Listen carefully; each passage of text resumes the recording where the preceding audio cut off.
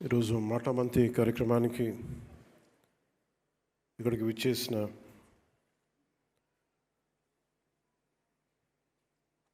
పంచాయతీరాజ్ శాఖ ఉన్నతాధికారి principal secretary Shri Shashibhushan Kumar గారికి, AP state institute of rural develop Panchayati Raj commissioner Shri Vachalaraju గారికి, కమిషనర్ పంచాయతీరాజ్ మరియు గ్రామీణాభివృద్ధి కృష్ణతేజ గారికి, కలెక్టర్ మరియు జిల్లా మెజిస్ట్రేట్ శ్రీమతి తమీం అన్సారియా గారికి, అలాగే డైరెక్టర్ నరేగా శ్రీ షణ్ముఖ్ ఐఏఎఫ్ఎస్ గారికి, ఇంజనీరింగ్ చీఫ్ పంచాయతీరాజ్ బాలునాయక్ గారికి, ఇంజనీరింగ్ చీఫ్ గ్రామీణ నీటి సరఫరా శ్రీమతి గాయత్రీదేవి గారికి, director and social audit Srikanth గారికి, ఓఎస్డి వెంకటకృష్ణ గారికి, జిల్లా పరిషత్ సిఇఓలకి, డిపిఓలకి, పీటీ డ్వామాలకి, ఎస్సీ పిఆర్, ఎస్సీ ఆర్డబ్ల్యూఎస్ డిడిఓలకి, ఎంపీడీఓలకి, డిప్యూటీ ఎంపీడీఓలకి, ఇంజనీర్స్కి, గ్రామాభివృద్ధి అధికారులకు, పంచాయతీరాజ్ గ్రామీణాభివృద్ధి ఇంజనీరింగ్ విభాగం, గ్రామీణ నీటి సరఫరా విభాగం సిబ్బందికి, అలాగే మీ అందరికీ నా హృదయపూర్వక నమస్కారాలు. మీ అందరికీ మనస్ఫూర్తిగా మీకు స్వాగతం పలుకుతూ ఉన్నాను.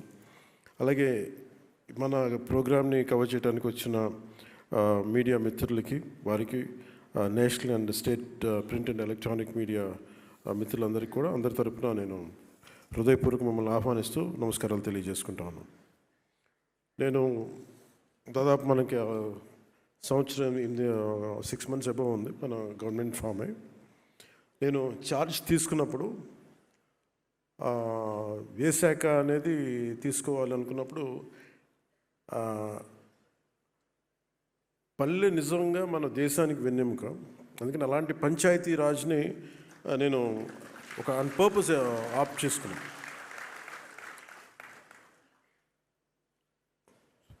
శశిభూషణ్ సార్ ఆ రోజున పిఎస్గా ఉన్నారు, లాస్ట్ గవర్నమెంట్లో కూడా కొన్ని మార్పులు చేర్పులు ఉంటాయి అని అనుకున్నప్పుడు నేను ప్రత్యేకించి శశిభూషణ్ గారిని కోరుకోవడం జరిగింది. మీరు ఉండాలి దీంట్లో, మీ అనుభవం కావాలి, మళ్ళీ మీరు ఇంకా నేను కొంత మీ గైడెన్స్ కావాలి నాకని మనస్ఫూర్తిగా నేను వారిని కోరటం జరిగింది. ఈ రోజున రిఫార్మ్స్ ఇంత సజావుగా సాగాయంటే ఆయన ఒక బీహార్ లాంటి రాష్ట్రం నుంచి వచ్చి ప్రజల కోసం ఏదైనా చెయ్యాలి అని ఒక తపనతో వచ్చిన అధికారి ఆయన ఒకప్పుడు. అదే స్పిరిట్ ఆయన ఇంకా కంటిన్యూ చేయాలి మీరు అని చెప్తే ప్రత్యేకించి ఈ రోజున ఇంత సజావుగా సాగడానికి మన ప్రిన్సిపల్ సెక్రటరీ గారికి మనస్ఫూర్తిగా మనందరం ధన్యవాదాలు తెలియజేయాలి. సో ఛార్జ్ తీసుకున్న తర్వాత నేను అనుకుంది ఇందాక మీరు అన్నట్టుగా పంచాయతీ సర్పంచ్ అయిపోగానే వెంటనే మాట వినరు, మర్చిపోతారని అంటా ఉన్నారు. మీరు దాన్ని బట్టి మీరు కంపేర్ చేస్తే ఒక ఎమ్మెల్యే అయినా ఒక మినిస్టర్ అయినా ఏ స్థాయిలో ఆలోచన ఉంటుందో మీ అందరికీ అర్థం చేసుకోవచ్చు. నాకు భయం వేసింది. ఏం తీసుకుంటే నిర్ణయాలు తీసుకోకపోతే తప్పు అవుద్ది, నిర్ణయం తీసుకుంటే తప్పు అవుద్ది, సరైన నిర్ణయాలు తీసుకోవాలి. సో దీనికి నేను పెట్టుకున్నది ఏంటంటే, ఒక ఫ్రాన్స్లో అనుకుంటే ఎప్పుడు 18th century ఎప్పుడు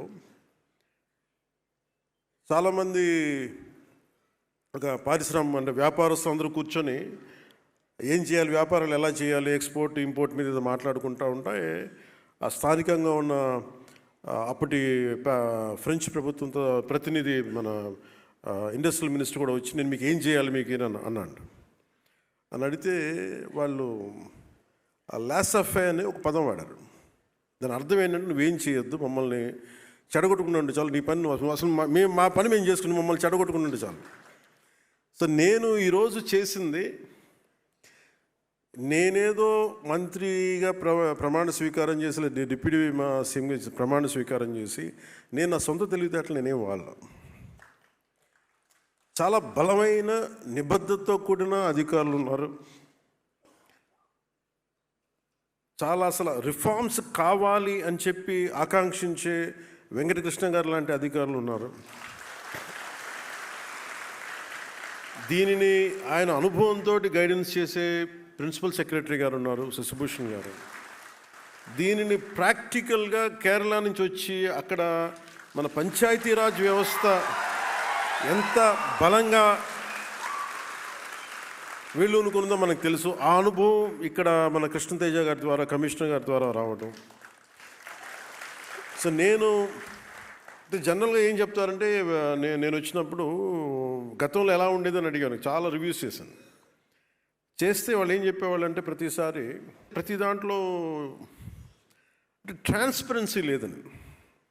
ఒకటి రాగానే ఇందాక మీరు అడిగినట్టుగా మనకి ఈ టెంపరీగా కూర్చొని అవుట్సోర్సింగ్ ఎంప్లాయీస్ నా దృష్టికి వచ్చింది, మాకు జీతాలు రావట్లేదని. సో ముందు ప్రిన్సిపల్ సెక్రటరీ గారితో మాట్లాడి ఫస్ట్ దాన్ని సార్ట్అవుట్ చేసి, అలాగే మన బాలు నాయక్ గారితో కూర్చోబెట్టి మన ఇంజనీరింగ్ సిబ్బందితో ఇట్లాంటివన్నీ చిన్న చిన్న కరెక్షన్స్ చేసుకుంటే కానీ లాట్ ఆఫ్ రివ్యూస్ చేసుకుంటే వెళ్ళాం. సో మేజర్గా అంటే మా ఉద్దేశం, దీని ముఖ్య ఉద్దేశం ఏంటి అంటే, ఒకటి నేను ప్రభుత్వ అధికారులు మన ఉద్యోగ గురించి నేను ఎందుకు ఆలోచించగలిగినంత బలంగా అంటే, నా తండ్రి ఒక ప్రభుత్వ ఉద్యోగి. అంటే నా కృతజ్ఞత ఏముంటుందంటే, మేము చదువుకున్నా, మేము పెరిగినా నా తండ్రి ఆదాయం మీద మేము పెరిగాం. సో మాకు ఒక పే బ్యాక్ లాగా ఉంటుంది తిరిగి ఇవ్వడం. సో నేను ఎలా ఇవ్వగలను తిరిగి? ఒకటి మనం సమాజానికి చేసేది, ప్రజలకు చేసేదితో పాటు ఈ ఆంధ్రప్రదేశ్ రాష్ట్ర ప్రభుత్వ ఉద్యోగులకి నాకు సంబంధించిన శాఖ వరకు నేను ఏదైనా చేయగలను అనేది ఇప్పుడు ఒకటి ఉండేది. సో దాంట్లో వెంకటకృష్ణ గారితో మాట్లాడినా, మన కృష్ణతేజ గారితో మాట్లాడినా చాలా సందర్భాల్లో ఏమున్నాయి మేజర్గా అంటే, చాలాసార్లు ఉద్యోగులు నా దగ్గరికి రావటం ఇవన్నీ చూసి నేను ఏం చేయగలం మనకి అంటే, చాలా రిఫార్మ్స్ బాకీ ఉండిపోయినాయి అన్నారు. సో దీన్ని శశిభూషణ్ గారి దృష్టికి తీసుకెళ్ళి చాలాసార్లు దాని మీద మాట్లాడి ఫైనల్గా మేమేమనుకున్నామంటే, ఇంపాక్ట్ఫుల్గా పనిచేయాలి. అంటే నేను ఏ మనిషి అయినా సరే, సగటు మనిషి ఏం కోరుకుంటాడంటే, ఎక్కడో ఉన్న స్థాయి నుంచి నేను ఏదో ఒక మెట్టి ఎదగాలనుకున్నాను. ఎక్కడేసిన గొంగలు అక్కడే, ఎట్లా అయితే నేను ప్రారంభించానో అక్కడే 20 సంవత్సరాలు, నా బిడ్డ పుట్టినప్పుడు నాకు అదే ఉండి, నా బిడ్డ పెళ్ళవుతున్నా కానీ నేను అక్కడే ఉండిపోయాను అనే మాట, ఇవన్నీ మనం తరచుగా వింటూ ఉంటాం. ఇది ఎందుకు ప్రమోషన్ అనేది ఎందుకు ఇంత బలంగా నేను పట్టుకుని కూర్చున్నానంటే, మనం ప్రజలకి మాట ఇచ్చాం. ఇది ఒక పొలిటికల్ స్పీచ్గా నేను చెప్పట్లేదు, కానీ ఒక successive governments continuity of governance, అలాగే ప్రీవియస్ గవర్నమెంట్లో రోడ్స్ కానీ ఇన్ఫ్రాస్ట్రక్చర్ కానీ డెవలప్ చేయలేదు. మేజర్గా నేను విన్నది ఏంటంటే, ప్రతి పదవికి ట్రాన్స్ఫర్కి ఒక రేట్ కార్డు ఉందని నేను వినేవాళ్ళం. నాకు చాలా ఆశ్చర్యంగా ఉండేది. కష్టపడి చదువుకొని ఉద్యోగాలు వచ్చిన తర్వాత ఒక ఊరి నుంచి ఒక ఊరికి ట్రాన్స్ఫర్ అవ్వాలంటే రేట్ కార్డు ఉంటుంది. అంటే ఈ ప్రమోషన్ కావాలంటే ఒక రేట్ కార్డు ఉంటుంది. అసలు ఇది పోవాలని మనస్ఫూర్తి కోరుకున్నాను. సో నేను with the guidance of Shashibhushan sir, మా ఓఎస్డి వెంకటకృష్ణ గారితో, కృష్ణతేజ గారితో కూర్చొని నాకు ఎంత ట్రాన్స్పరెంట్గా మనం ఇవ్వగలం. ₹1 పంచాయతీ ఖర్చు పెడితే రోడ్లు పడాలి, రోడ్లు వేసిన కాంట్రాక్టర్లకి అంటే వెంటనే మీరు డబ్బులు ఇవ్వకపోయినా కనీసం వాళ్ళ సకాలంలో వాళ్ళ డబ్బులు, వాళ్ళు కాంట్రాక్ట్ చేసిన పెట్టిన పెట్టుబడి డబ్బులు ఇచ్చేయాలి. అలాగే పిఆర్ ఉద్యోగులు కానీ, రూరల్ వాటర్ సప్లై కావచ్చు, మన రోడ్లు వేసే శాఖ కావచ్చు, ఎవరికైనా సరే దాదాపు మన పిఆర్లో అవుట్సోర్సింగ్ దగ్గర నుంచి రెగ్యులర్ ఎంప్లాయీస్ అందరితో కలిపి దాదాపు 1,70,000 మంది, దాదాపు అన్నీ చూస్తే గ్రామీణాభివృద్ధి విభాగం ఇవి అన్ని లెక్కలు తీసుకుని దాదాపు 2 lakh ఎంప్లాయీస్ ఉంటారు మన దగ్గర అవుట్సోర్సింగ్తో కలుపుకొని. సో దీంట్లో ఎగ్జామ్స్ రాసి వచ్చి వీళ్ళందరికీ మనం పదోన్నతి ఎలా ఇవ్వాలి, ట్రాన్స్పోర్ట్స్ ఎలా ఇవ్వాలి అని కూర్చున్నప్పుడు పాపం దీనికి వెన్నెముకలాగా పనిచేసింది వెంకటకృష్ణ గారు. అంటే మన అదృష్టం, ఇంకా ఈ భారతదేశం ఇంకా వ్యవస్థ అంటే మనకున్న ఈ పొలిటికల్ ఇన్వాల్వ్మెంట్కి వీటికి ఇంకా వ్యవస్థలు బలంగా ఉన్నాయంటే వెంకటకృష్ణ గారు లాంటి అధికారులు ఇంకా ఉండటం వల్ల. వాళ్ళు ఏం కోరుకోరు వాళ్ళు. నేను పాపం ఆయన వచ్చినప్పటి నుంచి ఆయన తపన ఏంటంటే, సార్ రిఫార్మ్స్ రావాలండి, ఏదైనా చేయాలి, మీ టైంలో రావాలి, ఏదో చేయాలి, పాప తెగబడేవాడు. సరే నేను రెగ్యులర్గా నేను రోడ్ల మీద తిరుగుతాను, జనంతో పిటిషన్స్ తీసుకుంటాను, అది అందరిని కలుస్తాను. కాబట్టి దీనికి మేమందరం కలిసి, ఇది ఒక్కళ్ళు చేసింది కాదు, నేను అనుకుంటే సరిపోదు. నాలాగా చాలామంది గొప్ప ఆలోచనలు, మంచి ఆలోచన ఉండొచ్చు, కానీ అంత సమర్థత కలిగి అంత ఇంటిగ్రిటీ ఉన్న ఒక అధికారుల సమూహం చాలా చాలా ఎసెన్షియల్. ఈ రోజున మీరు థ్యాంక్స్ చెప్తున్నారు అంటే నేను ఒక ఇనిషియేట్ చేయగలను. నేను చేసింది నేను ఏం కల్పించుకోను. I need a clean and transparent governance కావాలి ఈ మన శాఖ, నా కంట్రోల్లోని శాఖ గురించి. సో నేను ఎవరికి కూడా నేను ఒకటే సింపుల్ డైరెక్షన్ ఇచ్చాను. నాకు ఎవరో తెలియదు. నా స్థాయిలో నేను ట్రాన్స్ఫర్ చేసే ఒక 10-12 ఉంటాయి, 40 26 నేను చేయగలిగే, నేను ట్రాన్స్ఫర్ చేసే 10 కేటగిరీస్. అంటే నేను చేయగలిగే ఏం చేశానంటే, మీరు నాకు వీళ్ళెవరో తెలియదు. నాకు ఇక్కడ నా తండ్రి తాలూకు అనుభవం నాకు పనిచేసిన తండ్రి ఉద్యోగం తాలూకు అనుభవం. అంటే సీనియారిటీ చూడండి, ఇంటిగ్రిటీ చూడండి, కేపబిలిటీ చూడండి. అండ్ ఇవన్నీ చూసి నాకు ఒక లిస్ట్ ఇవ్వమని చెప్పాను. నాకు వీళ్ళెవరు, దీన్ని మీరు కొంత పర్సనల్గా కొంత రిపోర్ట్స్ తీసుకోండి. అలాగే దాంతోపాటు ప్రతి మంత్రి గారు కానీ ఎమ్మెల్యేస్ కానీ ఏమి ఇచ్చినా కానీ వాళ్ళ లిస్ట్ కూడా తీసుకోండి. వాళ్ళు కూడా జనరల్గా సిఫార్సులు చేస్తారు, మాకు ఈ అధికారి కావాలి, ఈ అధికారి కావాలంటే. నేనేం చెప్పానంటే, ఎవరిని డిసప్పాయింట్ చేయొద్దు, కానీ మీరు ఒక ఫ్రేమ్వర్క్ పెట్టండి. ఒక అధికారికి ట్రాన్స్ఫర్ కావాలన్నా, ప్రమోషన్ కావాలన్నా ఒక ఫ్రేమ్వర్క్ పెట్టండి. ఆ ఫ్రేమ్వర్క్లో గౌరవ మంత్రి వర్గ సభ్యులు ఇచ్చినా, గౌరవ ఎమ్మెల్యేలు ఇచ్చినా కానీ మీరు ఆ ఫ్రేమ్వర్క్లో పడితే ప్లీజ్ యాక్సెప్ట్ ఇట్. ఆ ఫ్రేమ్వర్క్లో పడపోతే అది నేను చెప్పినా కానీ చేయగలను. ఇంతే నేను ఇచ్చిన సింపుల్ డైరెక్షన్ ఇచ్చాను. ఎందుకంటే మనకి ఎఫిషియెంట్ అఫీషియల్స్ ఉన్నప్పుడు మనం ఇవ్వగలిగేది పాలసీ డైరెక్షన్ ఇస్తాం. సో సమర్థవంతంగా చేసి ఈ రోజున మనం సాధించింది ఏంటి అంటే, ముందు 10,000 మంది పైచిలుకు, దాదాపు ఇంకొక 3-4 వేలు వస్తాయి మన ప్రమోషన్స్లో. ఇది ఉమ్మడి ఆంధ్రప్రదేశ్లో కూడా జరగలేదు. ఈరోజుకి నాకు మన తెలంగాణలో జరిగిందో లేదు కూడా ఇంకా తెలియదు. ఐ థింక్ ఇది ఇంకా ఇలాంటి రిఫార్మ్స్ ఇంకా అక్కడ ఇంత పదోన్నతులు ఇంకా అక్కడ జరిగినట్లేదు. అంటే ఇది ఒక ప్రెసిడెంట్ అయింది మన ఆంధ్రప్రదేశ్కి. సో నేను మీ బాగోగులు కోరుకునే వ్యక్తి.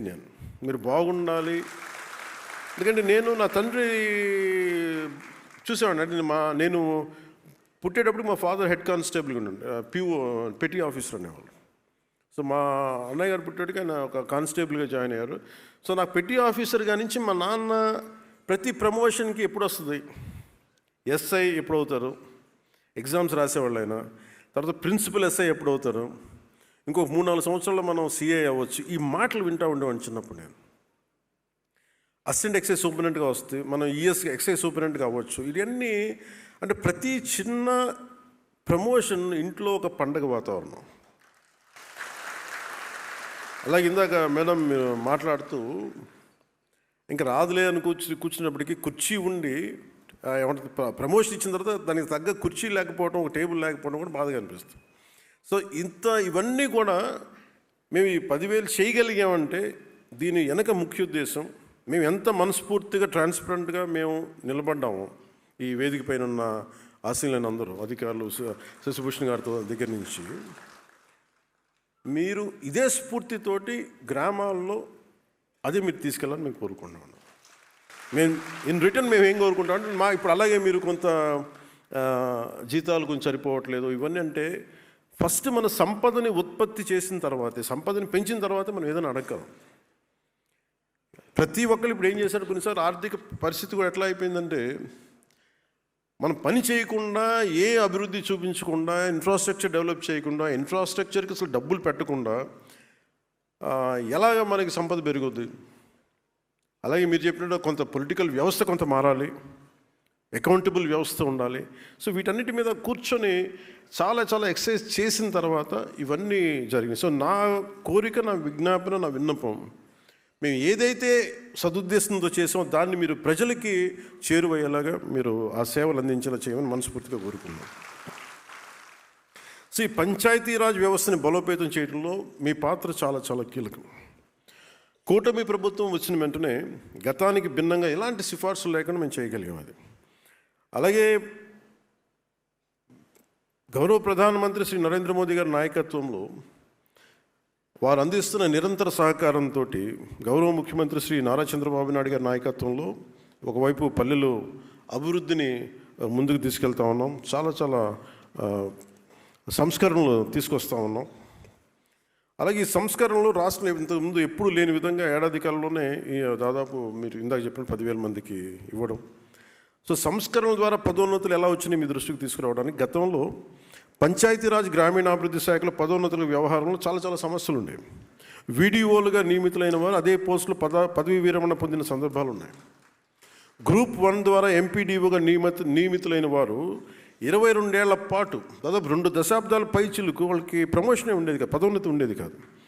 దీంతో పని పట్ల కొంత ఒక కంప్లసెంట్ యాటిట్యూడ్, ఒక నిరాసక్తత, ఒక నిర్లిప్తత వచ్చేది. దీన్ని పోగొట్టేందుకు చట్టబద్ధంగా అవకాశం ఉన్నంత వరకు సంస్కరణలు తీసుకొచ్చాం. గ్రూప్ 1 ద్వారా ఎంపీడీఓ స్థానంలో నేరుగా డీడీఓలుగా ఎంపికయ్యే ఈ వెసులుబాటుని కల్పించాం. తొలిసారిగా జెడ్పీ సిఇఓ స్థాయిలో ప్రమోషనల్ వ్యవహారంలో ఉమ్మడి రాష్ట్రంలో కూడా ఇందాక చెప్పినట్టు అమలు చేయని నిర్ణయాలని మనం కూటమి ప్రభుత్వం నారా చంద్రబాబు నాయుడు గారి నాయకత్వంలో ఇది అమలు చేస్తూ ఉంది. గతంలో జిల్లా పరిషత్ సిఇఓ స్థాయిలో ప్రమోషన్లు చాలా తక్కువగా ఉండే, ఇప్పుడు ఆ స్థాయిలో తొలిసారిగా 70 మందికి మనం ప్రమోషన్స్ ఇవ్వబోతాం. అలాగే ఇంజనీరింగ్ విభాగంలో ఐఎన్సీ స్థాయి అధికారిగా ఉండి డిప్యూటీ ఇంజనీర్, ఎగ్జిక్యూటివ్ ఇంజనీర్ పోస్టులో ఉన్న అధికారులే బాధ్యత నిర్వర్తించేవారు. మన ప్రభుత్వం వచ్చాక ఐఎన్సీ స్థాయికి కూడా రెగ్యులర్ ప్రమోషన్స్ ఇస్తూ పదోన్నతులు కల్పిస్తున్నాం. అలాగే గ్రామీణాభివృద్ధి శాఖలో కూడా పరిపాలనా సంస్కరణలు తీసుకొచ్చాం. ఆ దిశగా మన చర్యలు తీసుకుంటాం, దాని మీద వర్కౌట్ చేస్తూ ఉన్నాం. అలాగే పంచాయతీ క్లస్టర్ వ్యవస్థ రద్దు, దీనికి పంచాయతీ అధికారులు పంచాయతీలకు బదిలీ చేసే ప్రక్రియలో భాగంగా గతంలో ఉన్న క్లస్టర్ వ్యవస్థని రద్దు చేశాం. 13,300 గ్రామ పంచాయతీని స్వతంత్ర పాలన యూనిట్లుగా మార్చాం. జనాభా ప్రాతిపాదికన 4 గ్రేడ్లుగా విభజించాం. క్లస్టర్ వ్యవస్థలో 3-4 పంచాయతీలకి ఒక గ్రామ కార్యదర్శి విధులు నిర్వహించేవారు. నూతన విధానంతో గ్రేడ్ల వారీగా విభజించబడిన ప్రతి పంచాయతీకి ఒక పంచాయతీ సెక్రటరీ నియమించాం. తద్వారా ప్రజలకు అందాల్సిన సేవలు మరింత సులభంగా అందుతాయి. అలాగే పంచాయతీ కార్యదర్శి పేరును పంచాయతీ అభివృద్ధి అధికారిగా, అంటే పంచాయత్ డెవలప్మెంట్ ఆఫీసర్గా మార్చాం. 10,000 జనాభా దాటిన గ్రామ పంచాయతీని మాజీ రాష్ట్రపతి డాక్టర్ ఏపీజే అబ్దుల్ కలాం గారి కలల్ని సాకారం చేసేందుకు కొత్తగా రూర్బన్ పంచాయతీలుగా గుర్తించాం. డిప్యూటీ ఎంపీడీఓ స్థాయి గెజిటెడ్ అధికారి నియమించి మున్సిపాలిటీతో సమానంగా అభివృద్ధి చర్యలు చేపట్టేలా తీసుకుంటున్నాం. అలాగే డీడీఓ కార్యాలయాలు 73వ రాజ్యాంగ సవరణ స్ఫూర్తితో గ్రామ స్థాయిలో పాలనను సులభతరం చేసే ప్రక్రియలో భాగంగా దాదాపు రాష్ట్ర వ్యాప్తంగా 77 డీడీఓ కార్యాలయాలు ప్రారంభించాం ఒకే రోజు. గతంలో ఎంపీడీఓ కార్యాలయాల్లో ఒక మూలను కూర్చొని విధులు నిర్వహించుకునే పరిస్థితి నుంచి పూర్తి స్థాయి సిబ్బందితో ప్రత్యేక కార్యాలయాలు ఏర్పాటు చేసాం. అవి మన గవర్నమెంట్ సొంత కార్యాలయాలు. అవి ఈ కార్యాలయాల్లో ఆర్డీఓ స్థాయి అధికారి నియమించి పంచాయతీరాజ్ మరియు గ్రామీణాభివృద్ధి శాఖలోని అన్ని విభాగాల డివిజనల్ అధికారులు అయిన డీడీఓలు, డిఎల్పిఓలు, ఏపీడీ డ్వామా మరియు ఇతర అధికారులు ఈ కార్యాలయం నుంచే ఒకటే చోట సేవలు అందిస్తారు. పౌర సేవలు మరింత విస్తృతంగా ప్రజలకు చేరువయ్యేందువరకు ఈ మార్గం సహాయపడుతుంది. అలాగే ఉద్యోగుల భద్రత, హక్కుల పరిరక్షణ, ఇది నాకు చాలా చాలా కీలకం. ఇది నా పర్సనల్, ఇది రూల్. కానీ దీన్ని మనకి ఒక చిన్నపాటి ఉద్యోగికి ఇబ్బంది వస్తే మాకెందుకులే అని చెప్పి వదిలేస్తాను. నేను వచ్చినప్పుడు వెరీ క్లియర్ కట్ ఇన్స్ట్రక్షన్ ఏమి ఇచ్చానంటే మన ఉన్నతాధికారులకి అందరికీ కూడా, ముఖ్యంగా మహిళలకి ఇబ్బంది లేకుండా చూడండి. ఎలాంటి వేధింపులు ఉన్నా కానీ చాలా బలమైన చర్యలు తీసుకోండి. అది ఎట్టి పరిస్థితుల్లో that is one uncompromising approach this government is intended to take it forward. 2, ఎవరి మీదైనా సరే ఎనీ పొలిటికల్ కావచ్చు, మిగతా వాళ్ళు కావచ్చు, వారి మీద దాడి జరిగితే మటుకు మీరు స్పేర్ చేసేది లేదని చాలా క్లియర్ కట్గా చెప్పాం. ఉద్యోగుల భద్రత, వారి హక్కుల పరిరక్షణ బాధ్యతని భుజస్కంధాలపైకి మేము చాలా బలంగా ఎత్తుకున్నాం. ఉదాహరణకి ఉమ్మడి కడప జిల్లా గాలివీడు ఎంపీడీఓ శ్రీ ఆల్ఫ్రెడ్ జవహర్ బాబు గారి మీద ఒక పార్టీ నాయకులు దాడి చేసాం, స్వయంగా వెళ్ళి నేనే అండగా నిలిచాం. ఇది ఎందుకు చేశామంటే, ఇది మా మినిస్ట్రీ కింద ఉన్నప్పుడు, సంబంధిత శాఖ మంత్రిగా ఉన్నప్పుడు మా పర్యవేక్షణలో ఉన్న అధికారి మీద మీరు పల్లెత్తు ఒక మాట అన్నా కానీ we will take it very seriously, we will not gone spare anybody. అలాగే నిర్వహణలో ఉన్న ఉద్యోగులకు ఎలాంటి ఇబ్బందులు వచ్చినా తోడుగా ఉంటామని ఈ సందర్భంగా మరోమారు మీ అందరికీ మాటిస్తున్నాం. అలాగే దీంతోపాటు పంచాయతీరాజ్ మరియు గ్రామీణాభివృద్ధి శాఖలో తొలిసారి అంతర్గత బదిలీలను అత్యంత పారదర్శకతో నిష్పక్షపాతంగా పూర్తి చేసాం. ఒక రాడికల్ ట్రాన్స్పరెన్సీ ఎందాకంది ట్రాన్స్ఫర్మేషన్. అలాగే ఉద్యోగుల శిక్షణలో ఇది మన నెంబర్ 1 స్థానానికి మనం చేరగలం. సో ఉద్యోగులు ప్రమోషన్ ఇవ్వడమే కాదు, వారికి శక్తి సామర్థ్యాలు, కెపాసిటీ బిల్డింగ్ పెంచాల్సిన అవసరం ఉందని నా చెవుల్లో ఒక ఇల్లు కట్టుకొని మరి ఓఎస్డి గారు, మన వెంకటకృష్ణ గారు చెప్పారు. సార్ కెపాసిటీ బిల్డింగ్ చేయాలి కంట్రీ, అసలు ఆయనకి ఒక ఎంత ప్యాషన్ ఏంటంటే ఒక పంచాయతీరాజ్ వ్యవస్థని ఇంత బలోపేతం చేయాలని. I'm fortunate to have Venkatakrishna గారు లాంటి ఓఎస్డి. ఆ కెపాసిటీ బిల్డింగ్ ఆయన పడ్డ తపన. అలాగే జిల్లా స్థాయి అధికారులతో 500 మందికి ఐఐఎం విశాఖ లాంటి ప్రతిష్టాత్మక ఇన్స్టిట్యూషన్స్లో శిక్షణ ఇచ్చాం. అలాగే భవిష్యత్తులో ఇలాంటి కార్యక్రమాలను కొనసాగిస్తూ సిబ్బందికి మెరుగైన సేవలు అందించే విధంగా చర్యలు తీసుకుంటా ఉన్నాం. అలాగే రాష్ట్రీయ గ్రామ స్వరాజ్ అభియాన్ కార్యక్రమంలో Andhra Pradesh state institute of rural development ద్వారా 2,67,503 మంది ఉద్యోగులు మరియు స్థానిక సంస్థల ప్రతినిధులకు కెపాసిటీ బిల్డింగ్లో శిక్షణ ఇచ్చి గతంలో దేశంలో 24వ స్థానంలో ఉన్న ఆంధ్రప్రదేశ్ని ఈ రోజున ఆంధ్రప్రదేశ్ నారా చంద్రబాబు నాయుడు గారి నాయకత్వంలోని కూటమి ప్రభుత్వం మొదటి స్థానంలోకి తీసుకొచ్చాం. అలాగే మొట్టమొదటిసారి మనం ఆర్డబ్ల్యూఎస్ ఇంజనీర్స్కి, డిప్యూటీ ఎంపీడీఓలకి విలేజ్ వాటర్ సెక్యూరిటీ ప్లాన్ మీద చాలా సంపూర్ణమైన ఒక సమగ్రమైన శిక్షణ ఇచ్చాం. అలాగే ఈ విధంగా పంచాయతీరాజ్, గ్రామీణాభివృద్ధి, పంచాయతీరాజ్ ఇంజనీరింగ్ విభాగం, గ్రామీణ తాగునీటి సరఫరా తదితర విభాగాల్లో ఎన్నో సంస్కరణలు తీసుకొచ్చాం. కొన్ని భవిష్యత్తులో ఉద్యోగులకి ఉపయోగపడే విధంగా మరెన్నో ఇప్పుడు మేము తీసుకొచ్చిన ఈ సంస్కరణలు ఇది బిగినింగ్ మటుకి. మీరు చెప్పిన ప్రతి పాయింట్ పరిగణలో తీసుకున్నాం. అలాగే చట్టబద్ధంగా మీకోసం చేయగలిగినవన్నీ మేము చేస్తాం. ఖచ్చితంగా నేను మీకు మాటిస్తున్నాను. పంచాయతీరాజ్ వ్యవస్థలో ఉన్న ప్రతి ఉద్యోగి నాకు ఒక కుటుంబంలో పనిచేయాలి. అన్ని విభాగాలు ఒకటే, అది మనం అందరం కలిసి ఒక వ్యవస్థగా పనిచేయాలి. అయితే ప్రజలకు సేవలు అందించే ప్రక్రియలో మీరు మీ వంతు, నేను ఒకటే కోరుకుంటూ నిష్పక్షపాతంగా పారదర్శకంగా వ్యవహరించమని మనస్ఫూర్తిగా కోరుకుంటా ఉన్నాం. సమస్యతో కార్యాలయానికి వచ్చేవారు పరిష్కార మార్గం దొరికింది అన్న ఆనందంతో బయటకు వెళ్ళి, మీరు ఒక చిన్న ప్రమోషన్ వస్తే మీరు ఎంత ఆనందం చూపించారో వచ్చే ఒక పౌరుడికి, సగటు మనిషికి మీరు ఆ ఆనందాన్ని తిరిగి పంచమని నేను కోరుకున్నాను. Pay back. అలాగే నేను being deputy chief minister or Panchayati Raj దీని గురించి నేను అకౌంటబిలిటీ తీసుకుని, నేను తప్పు చేస్తే నాకు కూడా శిక్ష పడాలి. మన అకౌంటబిలిటీ నుంచి నాతో సహా ఎవరు కూడా తప్పించుకోలేరు. సో దీన్ని మనం మనస్ఫూర్తిగా ముందుకు తీసుకెళ్లాలని నేను మీ అందరికీ కోరుకుంటూ, అలాగే పంచాయతీరాజ్ ఇంజనీరింగ్ డిపార్ట్మెంట్లో అవుట్సోర్సింగ్లో పనిచేస్తున్న 600 మందికి పైగా ఉన్న సిబ్బంది జీతాలు 1 సంవత్సరం నుంచి పెండింగ్లో ఉన్నాయి నా దృష్టికి వచ్చింది. వెంటనే వారి జీతాలను శాంక్షన్ చేసి వారి అకౌంట్లోకి జమ చేయాలని కమిషనర్ గారిని నేను కోరుకుంటా ఉన్నాను. సో ఈరోజు ఇక్కడ జరుగుతున్న మాటామంతి కార్యక్రమానికి వచ్చేసి మీ అందరికీ ప్రతి ఒక్కరికి పేరు పేరున ధన్యవాదాలు తెలుపుకుంటూ, మీ కుటుంబ సభ్యులకి, మీ తోటి సిబ్బంది అందరికీ మనస్ఫూర్తిగా నా ధన్యవాదాలు తెలుపుకుంటూ సెలవు తీసుకుని జై హింద్.